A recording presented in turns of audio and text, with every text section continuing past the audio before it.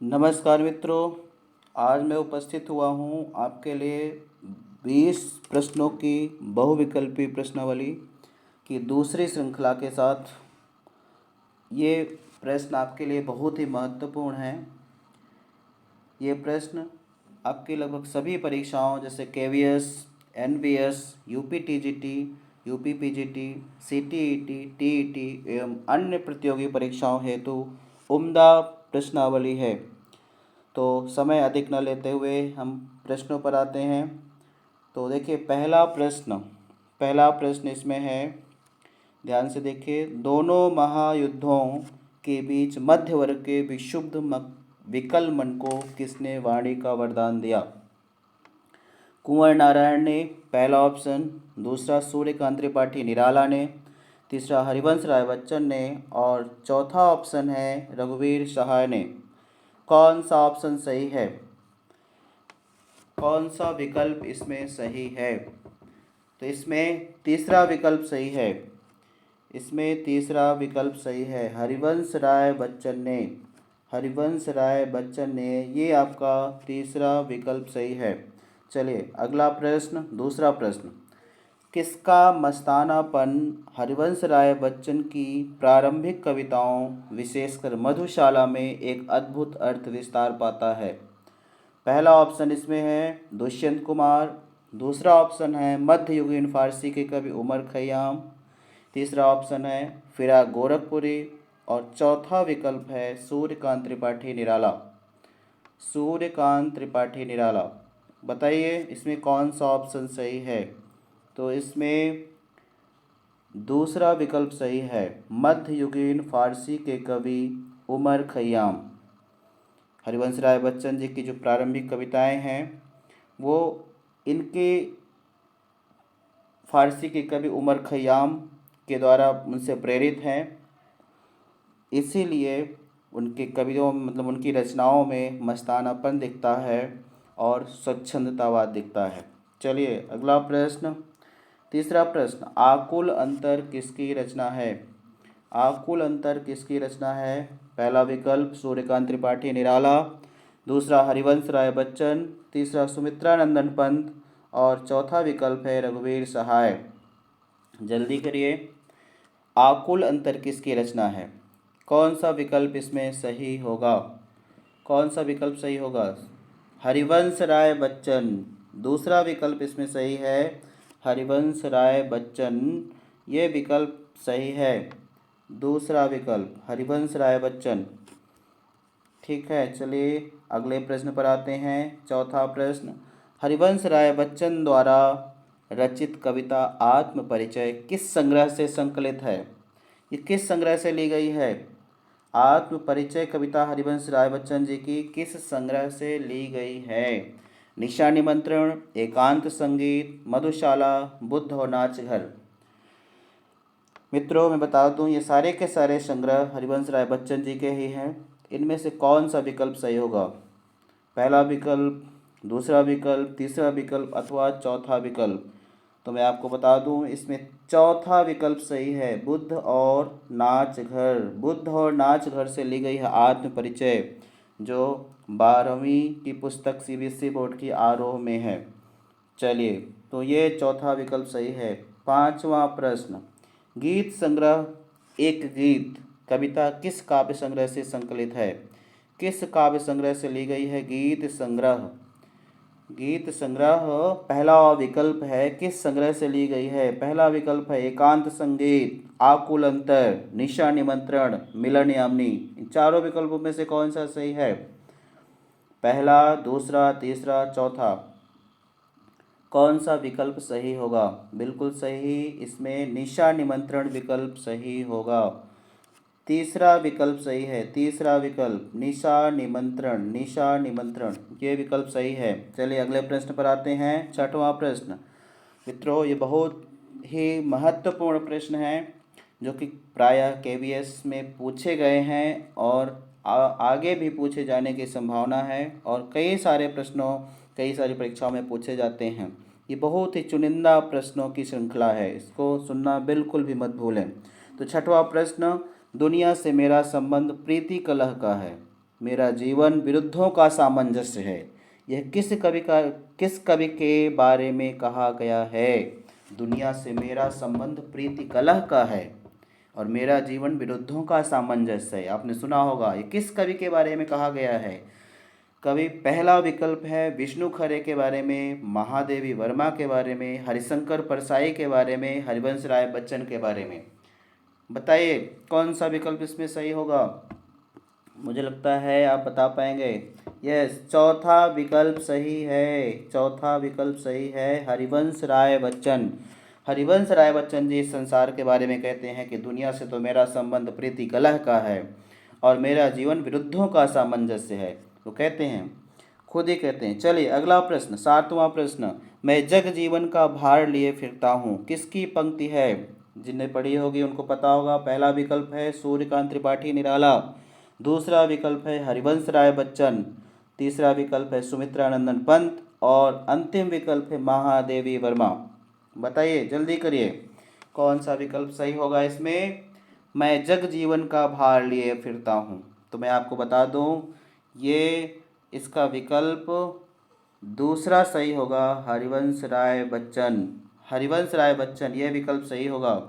देखिए, ये मैं जगजीवन का भार लिए फिरता हूँ आत्म परिचय हरिवंश राय बच्चन जी की कविता है और उसी से ये पंक्ति ली गई है। चलिए समय को ध्यान में रखते हुए अगला प्रश्न, संसार के लोग पृथ्वी पर क्या जोड़ते हैं? ये संसार के लोग पृथ्वी पर क्या जोड़ते हैं? धर्म, मोक्ष, अर्थ, काम, क्या जोड़ते हैं? संसार के लोग धर्म इस पृथ्वी पर क्या जोड़ते हैं? बताइए कौन सा उत्तर?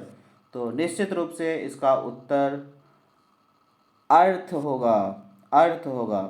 तीसरा विकल्प सही है। तीसरा विकल्प सही है, इसका उत्तर अर्थ होगा।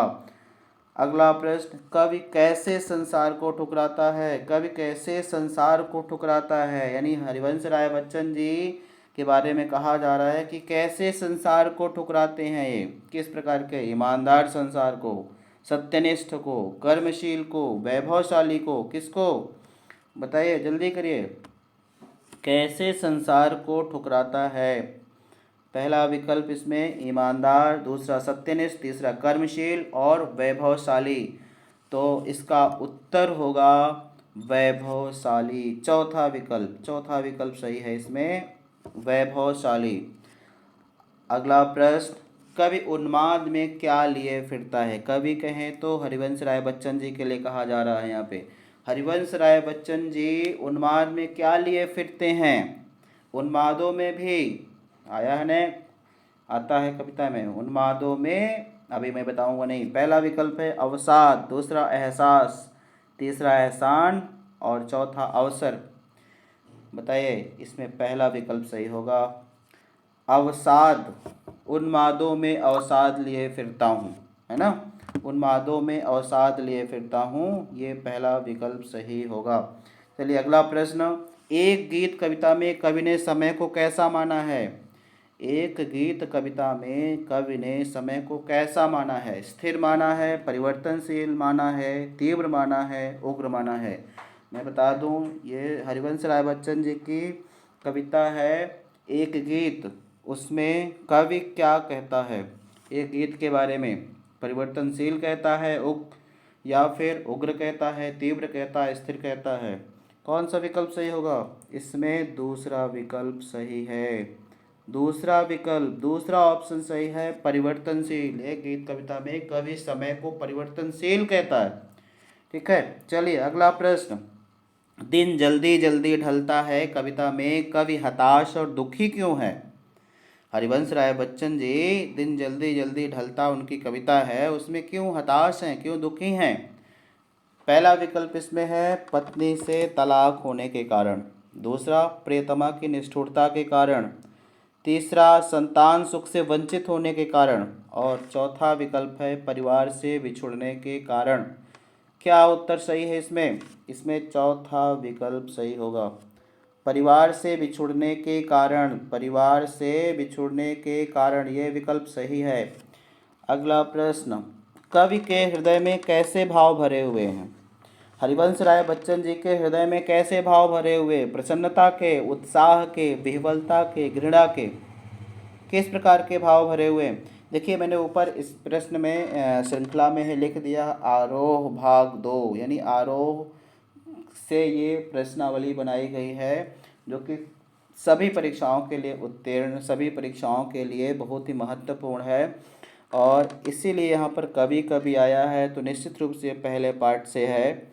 और हरिवंश राय बच्चन जी की कविता है ये, और उसी से इसलिए कवि शब्द का प्रयोग जितनी बार हुआ है यहाँ पर फिलहाल वो हरिवंश राय बच्चन जी के लिए हुआ है। तो हरिवंश राय बच्चन जी के हृदय में कैसे भाव भरे हुए हैं? प्रसन्नता के, उत्साह, विह्वलता, घृणा। उत्तर इसका होगा विह्वलता के। इसका उत्तर होगा विह्वलता के भाव भरे हुए हैं। तीसरा विकल्प सही है। चलिए अगला प्रश्न, 14वां प्रश्न। दिन ढलने के साथ ही बच्चे कहाँ से झांकने लगे होंगे?